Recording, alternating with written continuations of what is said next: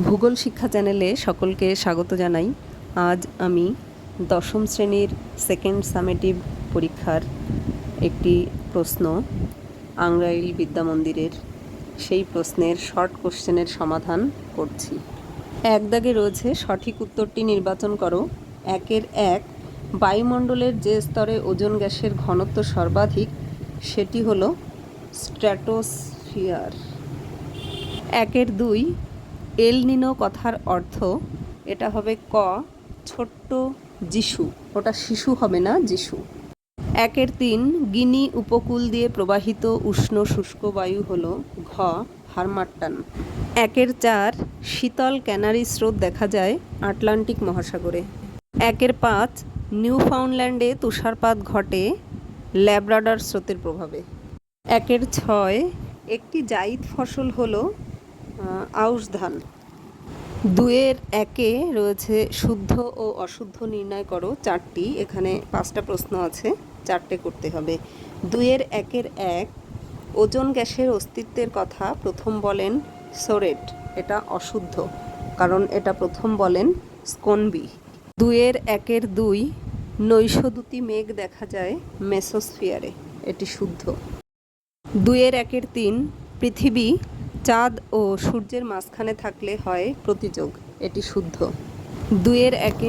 4 সেইলের সদর দপ্তর দুর্গাপুর, এটি অশুদ্ধ কারণ সেইলের সদর দপ্তর নিউ দিল্লি। 5 বাণিজ্যিকভাবে ফল উৎপাদনকে বলা হয় পোমাম কালচার, এটি শুদ্ধ। 2 রয়েছে শূন্যস্থান পূরণ করো 4টি, এখানেও 5টা প্রশ্ন দেওয়া আছে।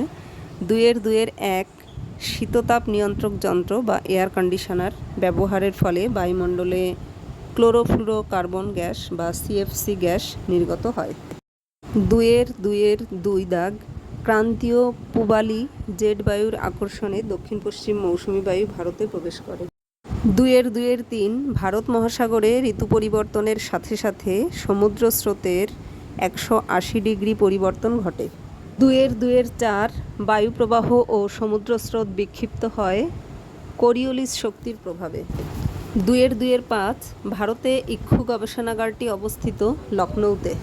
এরপর 2 নম্বর 3 নম্বর এবং 5 নম্বরের যে প্রশ্নগুলি আছে সেগুলি যে যেমন লিখবে সেই হিসাবে নাম্বার পাবে, আর তার সঙ্গে রয়েছে মানচিত্র চিহ্নিতকরণ, এগুলো ঠিকঠাক করলে পূর্ণ নাম্বার পেয়ে যাবে। তাহলে তোমরা ঝটাপট মিলিয়ে দেখো কে কত পাবে। ভিডিওটি আজকে এখানেই শেষ করছি। ভালো লাগলে একটা লাইক কমেন্ট শেয়ার করো আর চ্যানেলটিকে সাবস্ক্রাইব করে পাশে থেকো পরবর্তী গুরুত্বপূর্ণ ভিডিও পেতে। ধন্যবাদ।